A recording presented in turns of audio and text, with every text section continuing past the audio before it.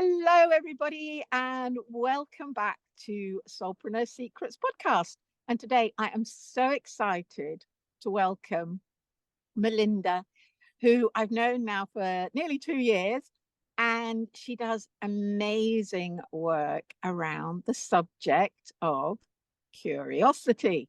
So, welcome, Melinda. Really lovely to have you here. Thank you so much, Deborah. I am so excited for this chat. We always have the most amazing chats.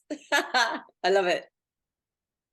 So, um, if you'd like to just, give us a couple of minutes on your background and, what brought you to this point of talking about curiosity. Yeah, do you know what? It's a really strange thing because people ask me what university I went to, and I'm like, I didn't go to university. So that's the first thing. So how I came here was through my curiosity. And if we were to go back a little way, I went through quite a difficult time. Our house in Italy was burnt down by the mafia. At that time, there was a lot going on in our lives. We were trying to sell our house. There was so much going on. So I call that maybe a perfect storm. My business was kind of going down the tubes because I had a jewelry business. So I ended up being very ill to the point I took myself off to the doctor. I thought, this is not right. Something's wrong with my brain. And in the 10 minutes that a doctor has in the UK to diagnose a lifetime of complexity, which essentially is what stress is, he wanted to give me antidepressants, the one pill fits all, I like to call it, but I wasn't depressed. There was something else going on. I was clearly very, very stressed out, but there was something else going on. So he said to me, well, look, if these don't work, then we could try for Alzheimer's, see if you've got Alzheimer's because it's in the family. And I'm like, well, what sort of doctor says that, So I went out, left. I was more despondent. And I thought, no, I'm not taking the drugs. I'm going to see what's wrong with me. I'm going to find out what's wrong with me. So that's number one, what's going on. And that really led me to start to improve my health because I diagnosed myself as having brain fog. And brain fog is a number of factors, stress being one. And it's a really, really, really I don't like to use the word popular, but a lot of people have it. It's more prevalent now.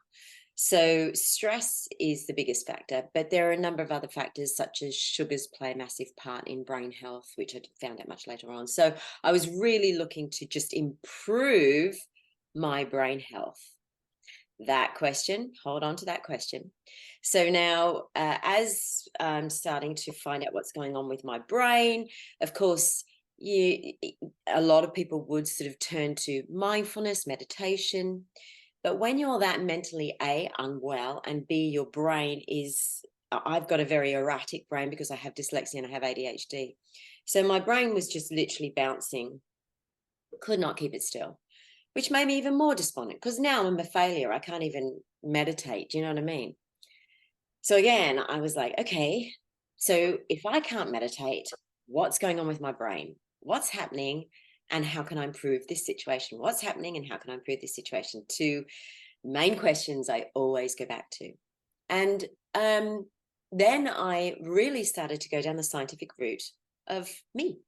I started to look at happiness, what makes up happiness, what makes up things like gratitude, because these are sciences now, they have their own faculties. And what are they all about? Why are they so important? How do they work? And I became very enlightened. I was able to, so the science, my curiosity quietened my mind, my monkey mind. And I was able to meditate for an hour doing transcendental meditation, which is quite a feat. So that took me about a year to get to that stage, which was pretty epic considering what I was facing. I cleared my brain fog. I was back on track. I was doing yoga. And I became fairly what most people would term as enlightened. And then a divine storm hit me where a number of issues happened. My mother-in-law passed away. My parents were over. We had issues with the house we were building at the time. We were building an extension. I had my parents over for Christmas, but also I was diagnosed with cancer. Now, what was really interesting is that before that divine storm hit, I diagnosed myself about 8 months earlier. I knew, a voice came to me and it said cancer, cancer, cancer, cancer, cancer. And it would not stop. And I was like, okay, I really got to listen to this. And I knew exactly where it was. So I was the one who actually took myself to the doctor and said, you need to test here, please. And then 8 months later, I got my diagnosis. So there were a number of things going on around, you know, over that sort of 8 month period where I had lots of tests and things like that. But in all honesty, I knew in my heart that I had it. You know, you just know these things when you become fairly connected with yourself, if, for want of a better word. But that really, it wasn't so much the cancer. I had everything taken out, but what ensued was menopause, and it was fierce. I had practically every single thing on the menopause list, including cracking my teeth. You know, I had the usual hot sweats. They're actually manageable. Actually, I'm having a hot sweat now. So they're actually manageable. But I also, from the downfall of the emotions, because I was suffering considerable anxiety that then snowballed into panic attacks, that snowballed into panic disorder, which is anxiety on steroids. And at that time, so everything was going on. I was having insomnia. I was living off about 2 hours sleep a night.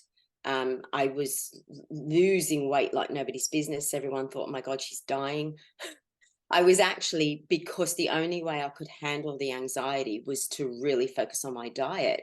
So I got really curious about how my diet could improve my anxiety. And I actually worked out that the sugars, once again, that I'd reintroduced from the brain fog was affecting the anxiety. So I was living off no sugars. The only sugars I was having was in fruits. And even then I was particular about the fruits that I was eating. So it was a very low sugar diet, no carbohydrates whatsoever. And of course I dropped from, at the beginning, it was kind of like I was a heavy size 16 down to a size 6. Yeah. So at my lowest, I was a size 6. Very healthy, very fit, but I was suffering from, I don't know how to describe it.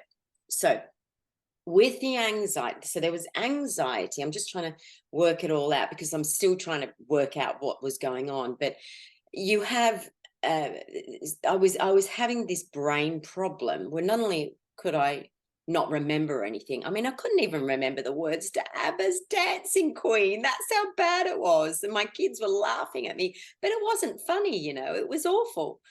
And one thing I will say is that this situation with the brain was just hideous. It was like I was walking in a sandstorm for every single day, every moment of the day. So not only did I have this anxiety that was just so bad that my whole body was shaking, my brain couldn't see the wood for the trees.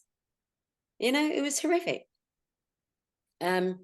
Every single time something happened, and it got to a point where, okay, I would deal with one thing. What's going on? How can I improve this? What's going on? How can I improve this?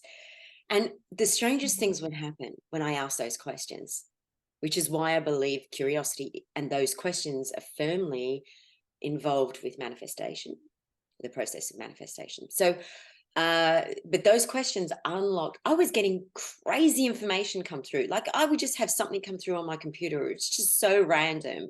And it would be, all of a sudden, it would be a scientific paper that I would read. And I go, wow, that will really improve my situation. So I read it, and I was reading hundreds by this stage of scientific papers, not on menopause, but just on, well, at the time, trying to be happy, trying to get through this mentally. But what I realized is going through that process and trying to get my anxiety under control, and my brain issue was another matter altogether. But what was really going on is there was so many things, each one dealing with them. When my friend sort of sat me down and we were having coffee one day, and she said, "Oh my God, Melinda, what you've just been through in the last couple of years has just been hideous. How did you cope?" And I said, "I don't know. I was just curious.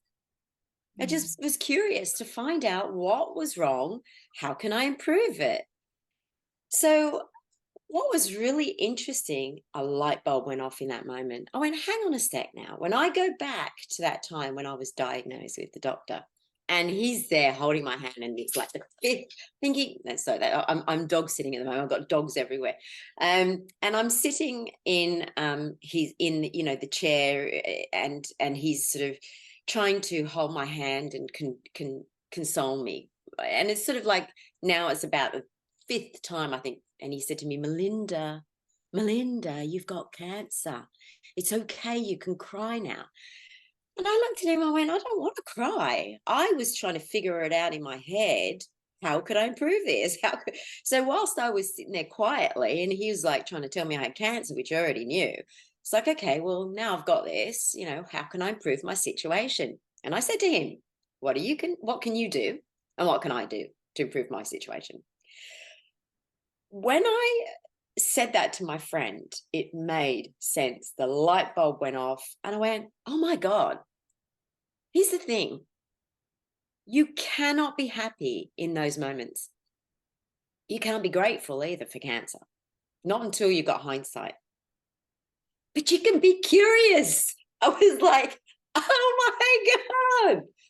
It was just crazy. So yeah, the emotions go through. Ooh, that was such a relief. Oh, hang on. I'm just going to hold on. Oh my God. So I don't know why the energy's just gone. Hang on a sec. Yeah. Well, it obviously still impacts you massively, that, as you say, that, that sort of enlightenment that, hey, hang on a minute. I can actually, like, just by being curious, you're taking control. Yeah. You're not handing over power. So the energy comes up, and I was like, whoa, every time. So every time I get this profound awareness, the energy just shoots through me. It's incredible. Yeah, but that is so powerful. It is. I know. It's crazy. And when you look at every single situation, every single story, I started to pile up all these stories. Every single story starts with curiosity. They did not get to where they are without curiosity. They couldn't.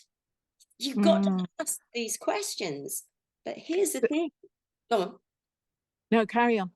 I'll say what I was going to say in a minute. Go on.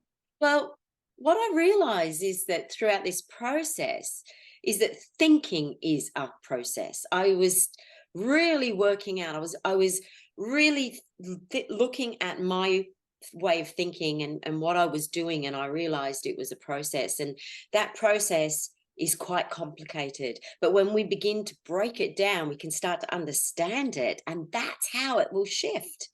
Because until you understand what's influencing those decisions, your thoughts, what's influencing your thoughts is you're never gonna move forward.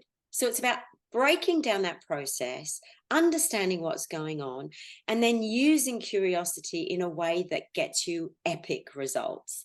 So I just was totally blown away when I started to really look at curiosity, because I was thinking, why don't people know this? This is so important. This could potentially change even the landscape of mental health. Yeah. So I've got two queries. They go completely different ways. One, I know that this is what you teach, that process, that thought process. This is what you teach. So I'd love it if you just gave us a little hint so that people, because I can imagine some people thinking, what does she mean, thought process? What? Give me an example. And then I'd also like to share a little bit about a course that I went on recently, which sort of comes at this from a different angle. So maybe you just share a little bit first, just give people an idea so that they're sort of like, oh, okay, yeah, I get what she means now. That's an example of what she means by thought process. Yeah, so I call it the brain battle equation because it's a battle. You're battling your brain every single day and you don't even realize it. So normally, and science has now proven this, that you're in automatic mode about 90%, 95% of the time. And what's really interesting is that when you're in your automatic mode, that's a type of hypnosis in itself. You're in like this sort of trance state. And in that automatic mode, majority of the time, you're probably talking to yourself in a way, it's like what you did wrong, what you said wrong, what you did wrong, what you said wrong, what if this goes wrong, what if that goes wrong, wrong, wrong, wrong, wrong. And what happens in that process is that trance state, you're talking to yourself all the time. Then if you're wondering why you're not getting what you want, that's because you're in this automatic mode. So the very first thing you need to do is you need to break that.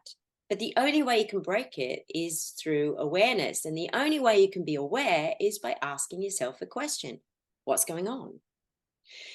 Now, when you ask that question, a number of things will happen because your brain is really clever. It's always looking out for you. So there's always the external factors that we tend to focus on, but we rarely focus on the internal factors. But the internal factors are what's causing all the problems. So the brain battle equation consists of a number of issues, predominantly all the information, the database of information that you have accumulated since even before birth.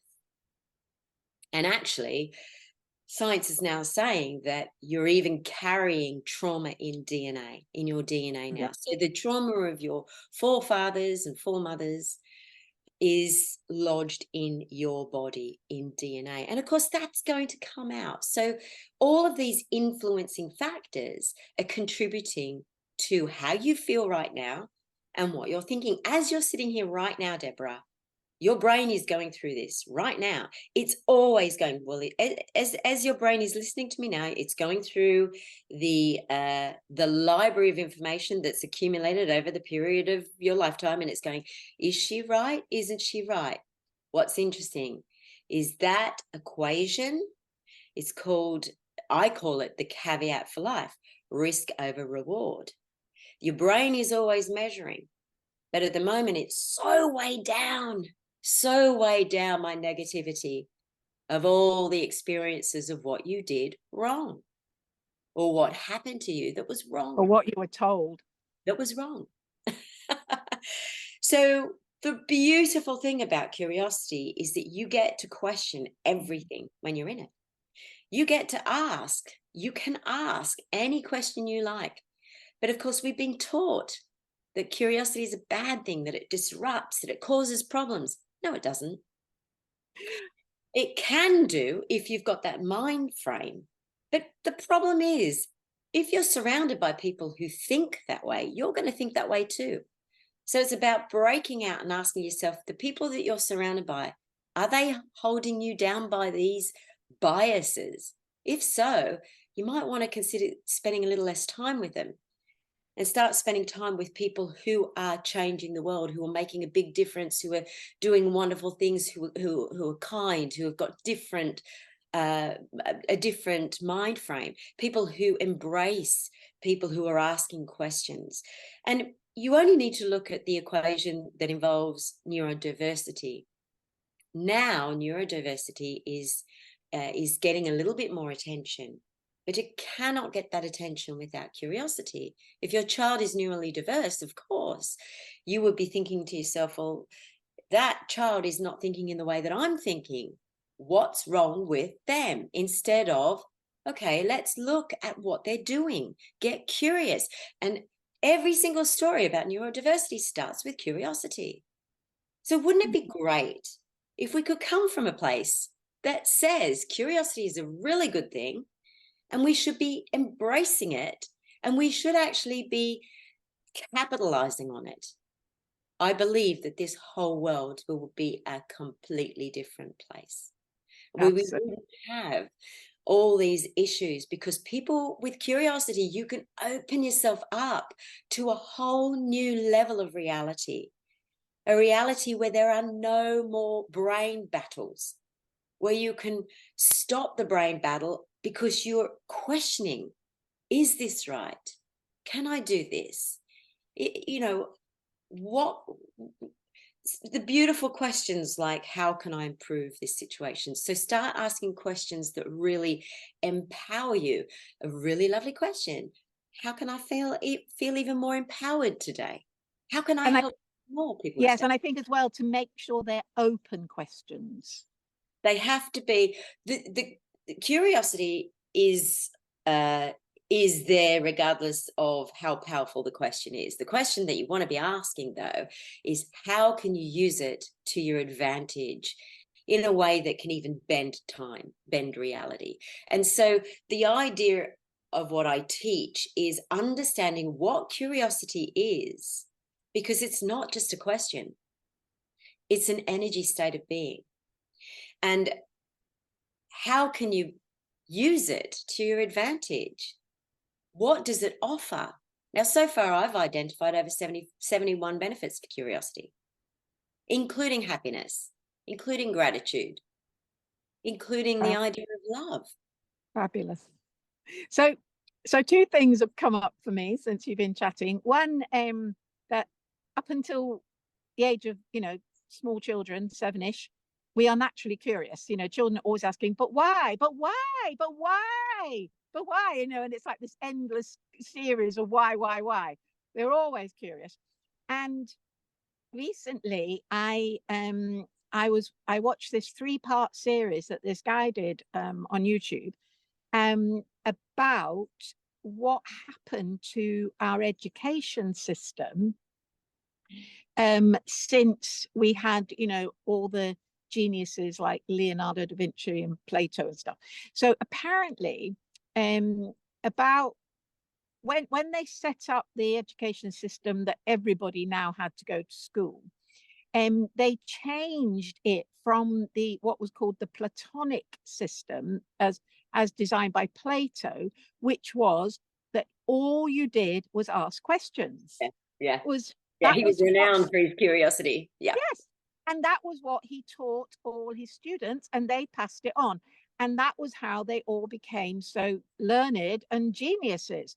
And of course, I'm not appropriating any blame. I'm just stating a fact. Yeah, I don't want to get into good, bad, anything like that. But when like they decided, well, we want all children now to be able to read and write or whatever, and we need people who can adjust to working in factories rather than being on farms and things. So then the education became much more prescriptive, and it was much more, we will tell the children what they need to know. We won't encourage them to seek their own path of learning. Yeah. And I that for me is like, in a way, curiosity, you create your own path of learning, because it will take you wherever it is that you're interested in going. Yeah, I couldn't agree more. I think the issue is that people still believe that it's wrong to be curious. That I mean, that yeah, if I had a penny for every person who said curiosity killed the cat, I'd be driving around in a very nice car right now. The thing is, yeah, it's the education system is trying to get through a whole heap of people in a very short yeah, period of time, and they do a very good job at that. But there's two yes, things that's missing. You're absolutely right. Curiosity needs to be brought back in, but also, and actually, I think it was Sir Ken Robinson, who stated that creativity is really important, but of course, the mechanism for that is curiosity. yeah, of course, it's But fundamental. yeah, but also, there is a real other issue here, and that is that we weren't taught to think. So we No. were taught to read, write, calculate. We were taught to, work out all the various different states and be able to name them. Wow, that's great. But you know what? I believe the reason why so many people are struggling with stress is that we weren't taught how to think. And if Mm. we were actually taught this process of thinking, I think it would significantly change our world Yeah. and would really reduce mental health issues. And in a way, we didn't even have to be taught it because we were already on that road when before we started school.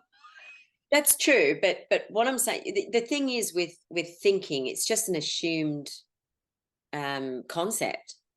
It's an assumed concept that, well, you've got a brain, therefore you can think, and that's true. Mm. But that's the reason why a very small proportion are extremely successful, and the rest is a great Mm. many, a majority are struggling, because actually there are lots of things involved in this, and we need to get to understand this brain battle equation a lot more. And that's fundamental to the So process. in you, so from your perspective, when you look at really successful people, because they're not always highly educated at all. No, no. So what you see is that they were all naturally curious. Yeah, the number one success trait for anyone in entrepreneurialism is curiosity. And what's really crazy is that when you look at you'll see every year some clever person will publish the top 10 skills you need to be a wonderful entrepreneur or very successful. And it lists things like analytical thinking needs curiosity. It'll list emotional intelligence. It'll list creative thinking.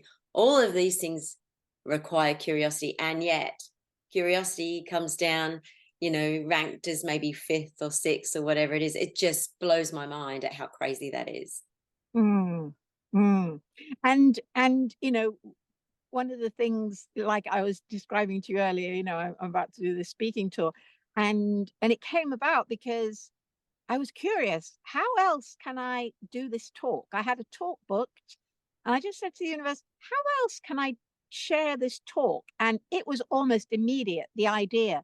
It's like, when, from my experience, is that when we ask that question, or how, or whatever, what, and we just make it an open question, that then we open ourselves up to whatever you want to call it, the imaginal realm, your higher self, the Akashic records, whatever you want to call it. Yeah. You open yourself up to something beyond what your mind already knows.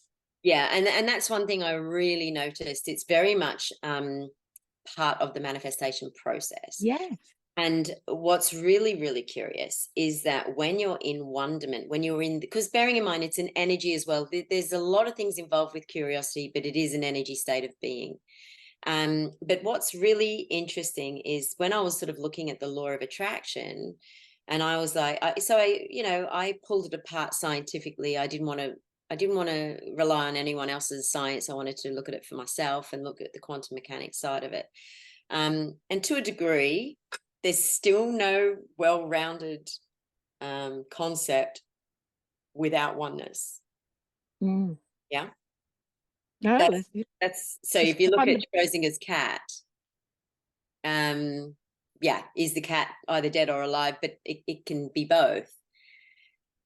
Which brings into this concept of superposition. Now, superposition is a quantum law, and it's based on all possibilities across time, space, reality are available right now. So as I'm standing here now, potentially anything could happen when I'm in superposition. So the question I kept thinking was, well, how do you get in superposition? And you just said it. You ask the question, but it's got to be the right question. And what that right question will do is bypass all your biases. It will push away all reality, and it'll only focus on so it opens up all potentiality, And then because you're trained your brain, or you triggered your reticular activating system to only look at what it's looking for, that's going to help you based on that question, which is imperative you get that question right, you then open up a massive, well, you open up potentially the energy of the universe that's working for you. So the whole concept of manifestation is just that.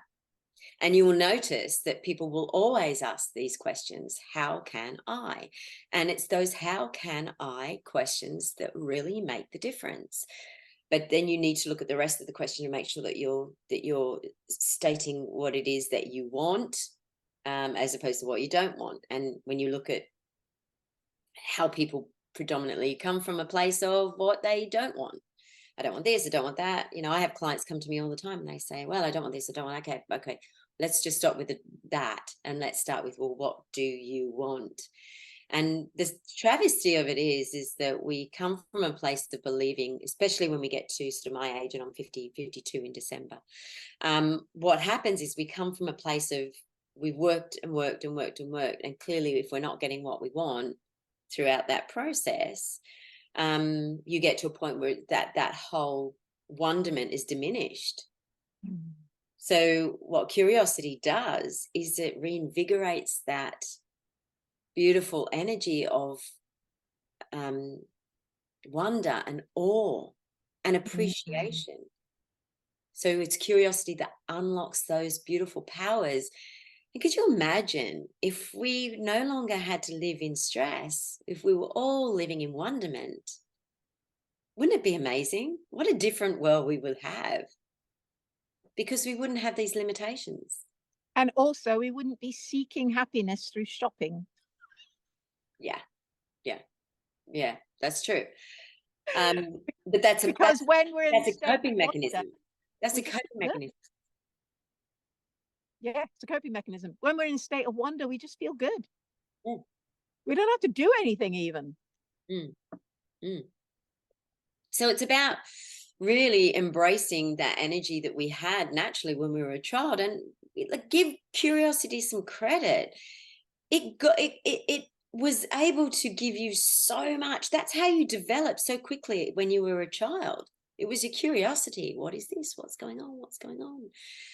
And at that time, we didn't have all these biases. And life for a lot of children, not all, I have spoken to some that didn't have a great childhood, but the majority will say, yeah, I was curious. I'd go out and I'd lose hours in the garden, climbing trees, rocks, or whatever it was, and it's through those, and it's through curiosity that we can make mistakes, but that's okay, because we're still curious. And I call fail to fail. It's not fail, it's forward advancement in learning. That's it. Just forward advancement in learning. And this is a great way of living. It's so open, so beautiful, so natural. It's natural. And this is how we should really be living. And then we wouldn't have stress. We'd have heaven on earth. Yeah, well, we'd certainly be able to resolve issues a lot faster. We would. And the other thing is as well, I mean, talking to a lot of entrepreneurs around the world, what's really interesting is they're now saying that there's a real shortage of innovative thinking, innovative ideas. Absolutely. Well, what's the number one thing that's required for innovation? It's curiosity. I recently was talking to someone in McLaren. It was a conversation that we had, actually. We just connected somehow. I don't remember how. What was really interesting is that I was saying to him, well, have you ever considered that in order for your business to really propel forward, to actually stop, drop all your knowledge and start from scratch? And he said that would be too difficult. And I said, well, is it? Because quite often, curiosity is seen as not only a disruptive thing, but it's also seen as time consuming. But the problem is, when you're a company that's you're innovating, right? You're only innovating from what you know. Right? So, and we only need to understand how difficult this is, the proof is in the concept of AI, how the Mm. world is kind of like, oh my God, what's going on? It's just another technical tool to use that will maybe make things a lot easier, right? Just like mobile phones. But again, people come from a place of, whoa, hang on, stop, I can't do this kind of thing. But actually, you know, when you come from it from curiosity, and you only need to look at Tom Bellew, who he does the impact theory podcast. He gets on some really big guys on there, really big people. And what's interesting is that he was interviewing some really, really amazing guys about AI. And the very first thing that they all said was, as soon as it came out, we got our group together, we gave ourselves a week minimum, and we just got curious and started to play with it like a child. Now that is exceptional curiosity. That is what we need to be looking at. So it's about understanding what curiosity is, because it's not just a question, it's an energy state of being. It's what wonderment comes from. Mm. And when we unlock this, by the way, when we do unlock curiosity, when we are curious, now you may have heard the concept of feel the fear and do it anyway. You don't really have to feel the fear with curiosity. Why? Because it downregulates your stress hormones. If you ask yourself a question that triggers I call it this sort of ultimate curiosity, because it's the highest level. It's like a ladder of energy levels, but that being the highest, if you trigger that, it takes you immediately out of fear. It reduces your stress hormones and actually puts you in a more positive state of being, because it uses your parasympathetic nervous system. So now you have your chemicals that are racing through your body starting to work for you, as opposed to holding you because it's trying to keep you protected. And this is the difference with curiosity. This is why it's so powerful. And when you have that energy state working for you, you now can unlock your reticular activating system, which is your filtering system. So you've got less biases. Now your brain's open to see more opportunities. And on top of that, you've got dopamine working for you. And dopamine will push you towards the goals you seek. It wants you to get there. So you've now got this powerhouse of energy working for you. You cannot fail. You know, it's incredible. It really is. That's awesome. That's awesome. Thank you. I think that's a great place to finish here. Thank you so much, Melinda. So if anybody wants to get in contact with you, what's the best way for them to do that? Yeah, I've got a website called curiousyou.com. Curious You, Y-O-U. Y-O-U, yeah, curiousyou.com. And or you can follow me on Instagram or TikTok. I'm just Melinda Mulcahy. And you know, I have various different courses and things like that, and also mentorships. So yeah, whether it's for clients that are either private and wanting to go that higher level, but I don't just deal with the science. I'm a very intuitive, well, hence why I had the privilege of mentoring you, but because I'm quite spiritual, so I go down the spiritual path as well, because I really do focus on energy as part of the process. So I don't discount that. So for those people who are more open and want to progress using energy. Thank you. Thank you so much. My Really, pleasure. really, that was absolutely fascinating. And I know that my audience are going to love it. Thank you so much for having me. As always, I love having talks with you, Deborah. We have the most amazing chats. Thank you. Thank you, Melinda. Bye, everybody. See you next time. Bye for now.